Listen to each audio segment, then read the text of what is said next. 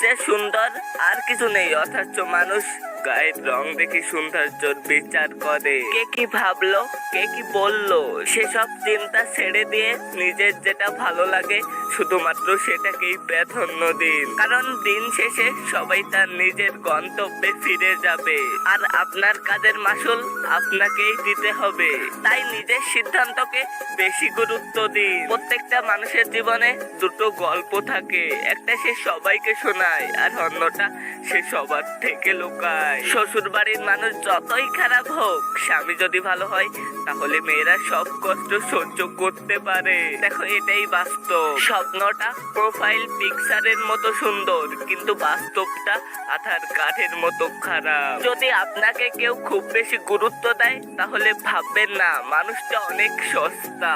আপনার কপালটা অনেক ভালো, কারণ এই পৃথিবীতে এত মানুষ থাকতে সে আপনাকেই গুরুত্ব দেয়, আপনাকে বোঝার চেষ্টা করে। কেউ তোমাকে হিংসা করলে তাকে হিংসা করতে দাও, কারণ তোমার গুণ আছে বলেই তো তারা তোমাকে হিংসা করে। তুমি চাইলেই সবকিছু পাবে না, তুমি যেটা যোগ্য সেটাই তুমি পাবে। হ্যাঁ, এটাই বাস্তব। জীবনে সবাইকে গুরুত্ব দাও, কারণ যে ভালো সে তোমার সাথে থাকবে আর যে খারাপ সে তোমাকে শিক্ষা দিয়ে যাবে। জীবনে এই দুজন মানুষকে কখনো ভুলে যেও না। এক, যে তোমাকে সফল করার জন্য সবকিছু হারিয়েছে, তোমার বাবা।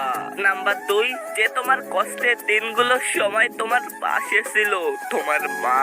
পৃথিবীতে কাউকে সামনে থেকে পথ না দেখাতে পারলেও অন্তত পিছন থেকে ছুরি মারতে যেও না, কারণ সে হয়তো তোমার ছুরির আঘাত পেয়ে গন্তব্যে চলে যাবে, কিন্তু তোমার দুটো হাত রক্তাক্ত হয়ে যাবে। ভালোবাসার কথা বোঝানোর জন্য হাজার হাজার কথা খরচ করার দরকার নাই, কারণ যে বুঝবে সে চোখ দেখেই বুঝে যাবে, আর যে বুঝবে না তাকে তোমার জীবন দিয়ে দিলেও বুঝবে না। ভালোবাসা মানে শুধু দেহের বা রূপের আকর্ষণ নয়, ভালোবাসা মানে হলো সম্মান, শ্রদ্ধা, বিশ্বাস আর ভরসা।